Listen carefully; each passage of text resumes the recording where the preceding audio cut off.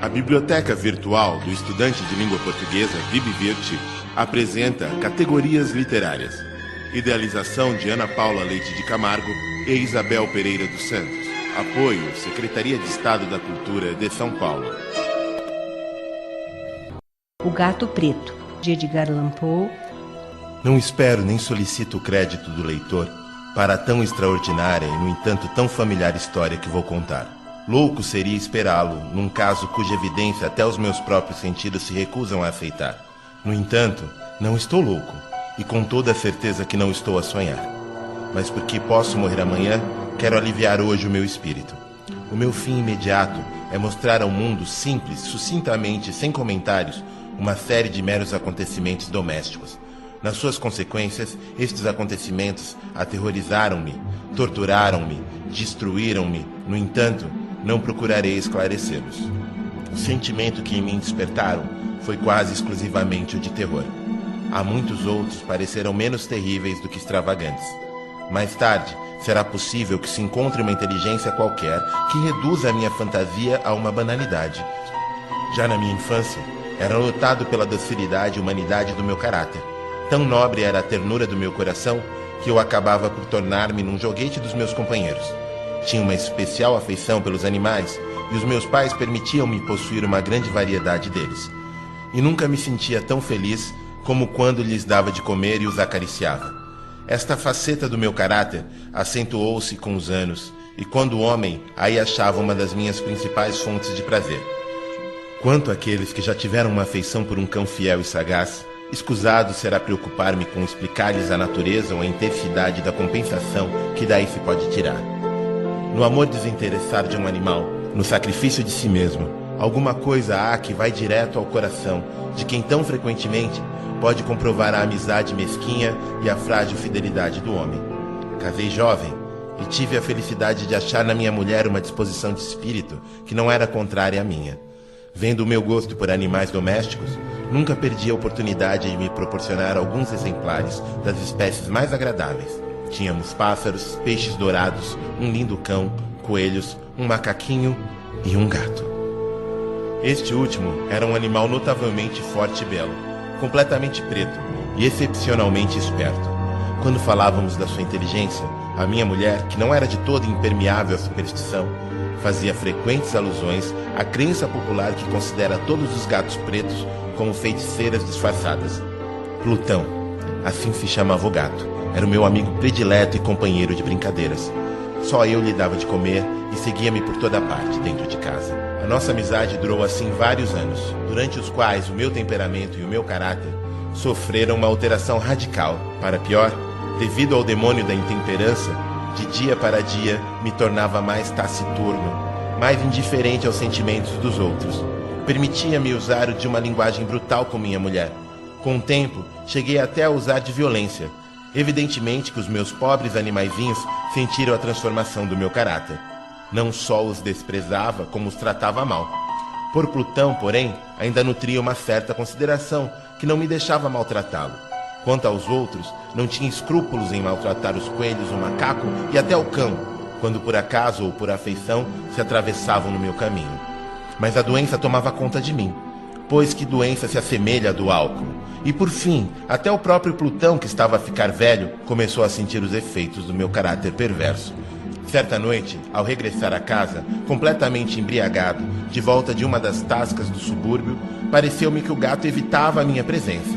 Apanhei-o e ele, horrorizado com a violência do meu gesto, feriu-me ligeiramente na mão com os dentes. Uma fúria dos demônios imediatamente se apossou de mim. Não me reconhecia. Tirei do bolso do colete um canivete. Abri-o. Agarrei o pobre animal pelo pescoço e deliberadamente arranquei-lhe um olho da órbita. Quando se dissiparam os vapores da minha noite de orgia, experimentei um sentimento misto de horror e de remorso pelo crime que tinha cometido. Mas era um sentimento frágil e equívoco. Voltei a mergulhar nos excessos e depressa afoguei no álcool toda a recordação do ato. Entretanto, o gato curou-se lentamente. A órbita, agora vazia, apresentava, na verdade, um aspecto horroroso, mas o animal não aparentava qualquer sofrimento. Vagueava pela casa como de costume, mas, como seria de esperar, Fugia aterrorizado quando eu me aproximava. Porém, restava-me ainda o suficiente do meu velho coração para me sentir agravado por esta evidente antipatia da parte de um animal que outra hora tanto gostara de mim. Em breve, este sentimento deu lugar à irritação, e para minha queda final e irrevogável, o espírito da perversidade fez de seguida a sua aparição. E digo que este espírito de perversidade surgiu para minha perda final, e finalmente a consumar a maldade que infligi ao inofensivo animal. Certa manhã, a sangue frio, passei-lhe um nó corredio ao pescoço e enforquei-o no ramo de uma árvore. Enforquei-o com as lágrimas a saltarem-me dos olhos e com o mais amargo remorso no coração. Enforquei-o porque sabia que me tinha tido afeição e porque sabia que não me tinha dado razão para a torpeza. Na noite do próprio dia em que este ato cruel foi perpetrado, fui acordado do sono aos gritos de fogo. As cortinas da minha cama estavam em chamas. Toda a casa era um braseiro. Foi com grande dificuldade que minha mulher, uma criada e eu conseguimos escapar do incêndio. A destruição foi completa. Todos os meus bens materiais foram destruídos e daí em diante mergulhei no desespero. Nos dias que sucederam ao incêndio, visitei as ruínas. As paredes, à exceção de uma, tinham abatido por completo. Esta exceção era constituída de um aposento interior, não muito espesso, que estava sensivelmente no meio da casa. O reboco resistira em grande parte à ação do fogo, fato que atribuo a ter sido pouco antes restaurado. Próximo desta parede, juntara-se uma densa multidão. A minha curiosidade foi despertada pelas palavras estranho, singular. Aproximei-me e vi como se fora gravada em baixo relevo, sobre a superfície branca, a figura de um gato. A imagem estava desenhada com uma precisão realmente espantosa. Em volta do pescoço do animal estava uma corda, pois nem podia pensar que de outra coisa se tratasse. O meu assombro e o meu terror foram intensos. Por fim, a reflexão veio em meu auxílio. Lembrei-me que o gato fora enforcado num jardim junto à casa. Após o alarme do incêndio, o dito jardim foi imediatamente invadido pela multidão e por alguém que deve ter cortado a corda do gato e o deve ter lançado para dentro do meu quarto, por uma janela aberta. Isso deve ter sido feito, provavelmente com a intenção de me acordar. A queda das outras paredes tinha comprimido a vítima da minha crueldade na substância do reboco, recentemente aplicado e cuja cal, combinada com as chamas e o amoníaco do cadáver, tinha produzido a imagem tal como eu a via. Tendo assim satisfeito prontamente a minha razão, que não totalmente a minha consciência, sobre o fato extraordinário atrás descrito, não deixou este, no entanto, de causar profunda impressão na minha imaginação. Durante meses, não consegui libertar-me do fantasma do gato. Cheguei ao ponto de lamentar a perda do animal e a procurar à minha volta, nos sórdidos tugúrios que agora frequentava com assiduidade, um outro animal da mesma espécie e bastante parecido que preenchesse o seu lugar. Uma noite estava eu sentado, meio aturdido, no antro mais do que infamante. A minha atenção foi despertada por um objeto preto que repousava no topo de um dos enormes tonéis, e o que agora me causava surpresa era o fato de não me ter apercebido mais cedo do objeto que estava em cima. Aproximei-me e toquei-lhe com a mão. Era um gato preto, um gato enorme, tão grande como Plutão, e semelhante a ele em todos os aspectos, menos um. Plutão não tinha sequer um único pelo branco no corpo, enquanto este gato tinha uma mancha branca, grande mas indefinida, que lhe cobria toda a região do peito. Quando lhe toquei, roçou-se pela minha mão e parecia contente por o ter notado. Era este, pois, o animal que eu procurava. Imediatamente propus a compra ao dono, mas este nada tinha a reclamar pelo animal. Nunca o tinha visto até então. Continuei a acariciá-lo. E quando me preparava para ir para casa, o animal mostrou-se disposto a acompanhar-me. Permiti que o fizesse. Quando chegou a casa, adaptou-se logo, e logo se tornou muito amigo da minha mulher. Pela minha parte, não tardou em surgir em mim uma antipatia por ele. Era exatamente o reverso do que eu esperava. Lentamente, esses sentimentos de desgosto e de aborrecimento transformaram-se na amargura do ódio. Evitava o animal, um certo sentimento de vergonha e a lembrança do meu anterior ato de crueldade impediram-me de o maltratar fisicamente. Abstive-me durante semanas de o maltratar ou exercer sobre ele qualquer violência.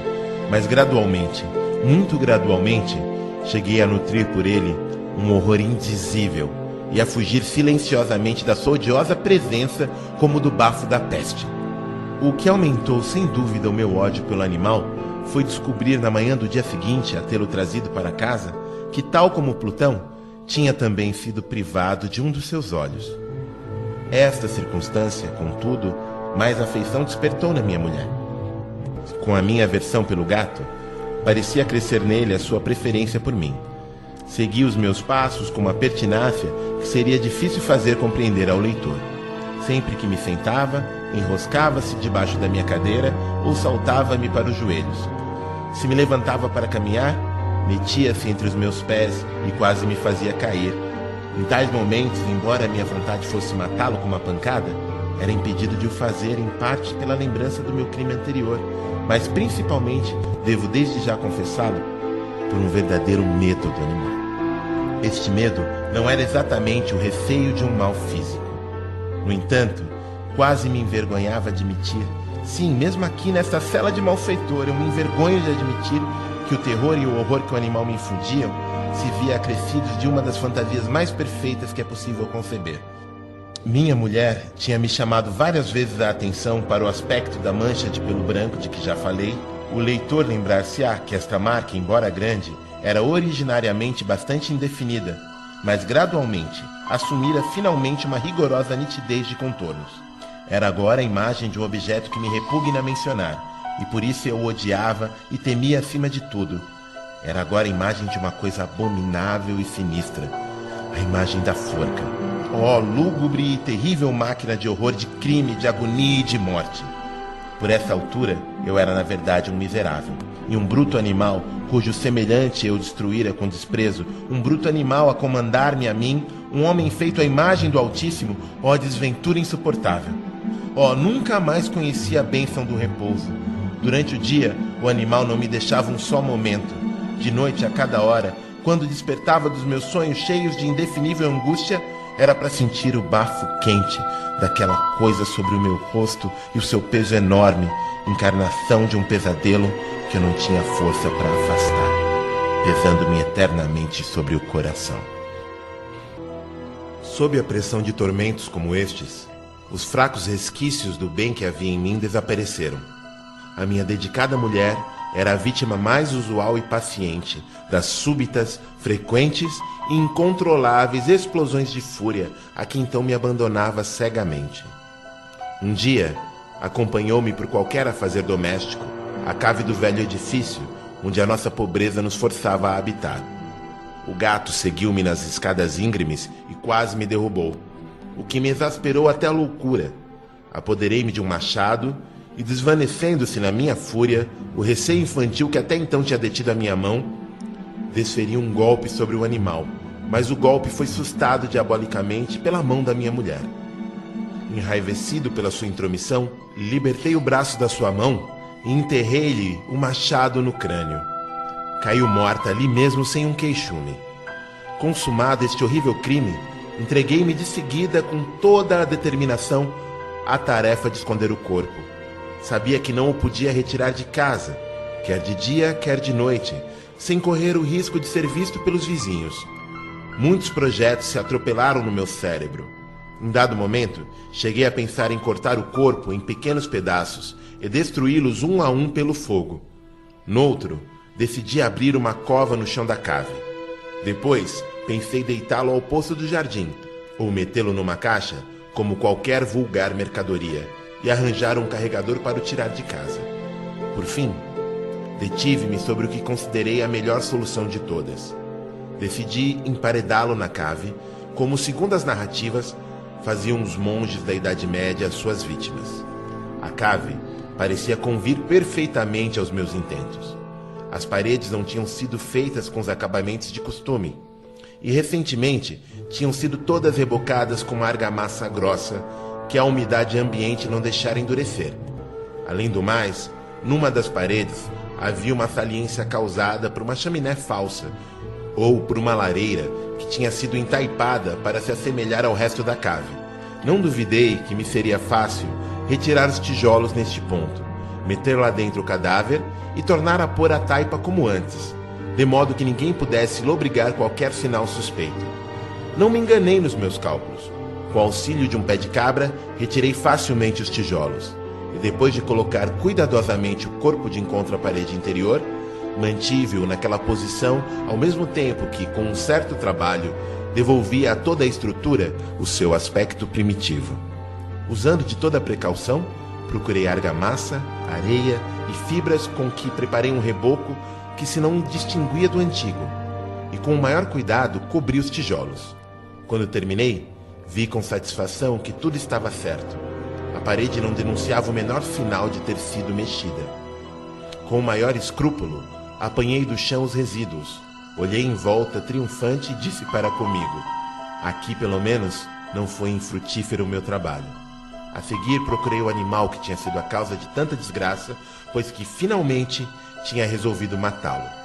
Se o tivesse encontrado naquele momento, era fatal o seu destino. Mas parecia que o astuto animal se alarmara com a violência da minha cólera anterior e evitou aparecer-me na frente, dado o meu estado de espírito.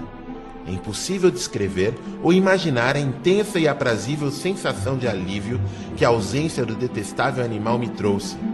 Não me apareceu durante toda a noite, e deste modo, pelo menos por uma noite, desde que o trouxera para casa, dormi bem e tranquilamente. Sim, dormi mesmo com um crime a pesar-me na consciência.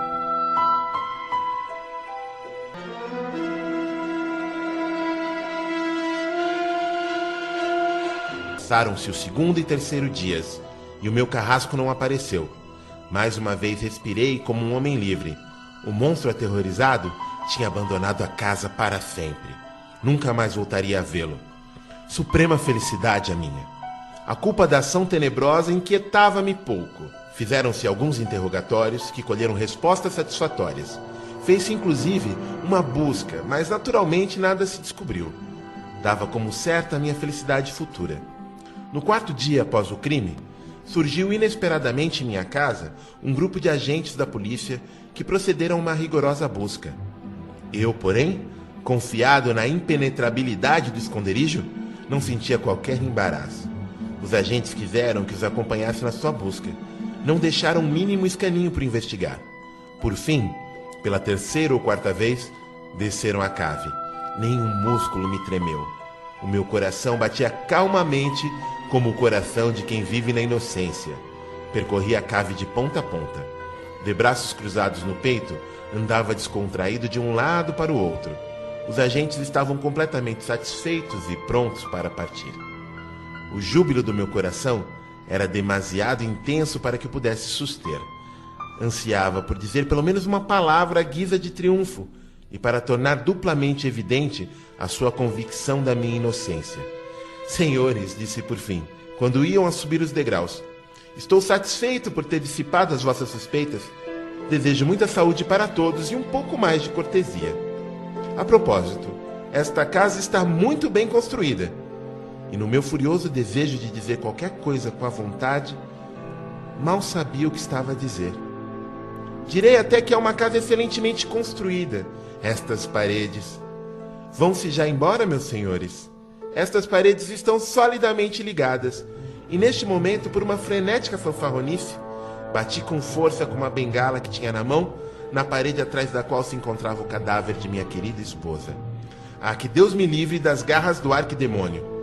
Mal tinha o eco das minhas pancadas mergulhado no silêncio, quando uma voz lhe respondeu de dentro do túmulo, um gemido, a princípio abafado e entrecortado como o choro de uma criança, que depois se transformou num prolongado grito sonoro e contínuo, extremamente anormal e inumano. Um bramido, um uivo, misto de horror e de triunfo, tal como só do inferno poderia vir, provindo das gargantas conjuntas, dos condenados na sua agonia e dos demônios no gozo da condenação. Seria insensato falar dos meus pensamentos. Senti-me desfalecer e encostei-me à parede da frente. Tolhidos pelo terror e pela surpresa, os agentes que subiam a escada detiveram-se por instantes. Logo a seguir, 12 braços vigorosos atacavam a parede. Esta caiu de um só golpe. O cadáver, já bastante decomposto e coberto de pastas de sangue, apareceu ereto frente aos circunstantes.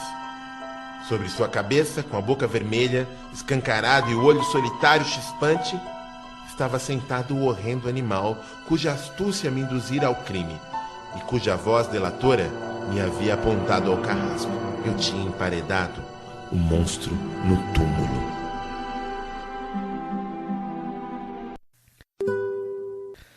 Para ler este conto, acesse www.poeteiro.com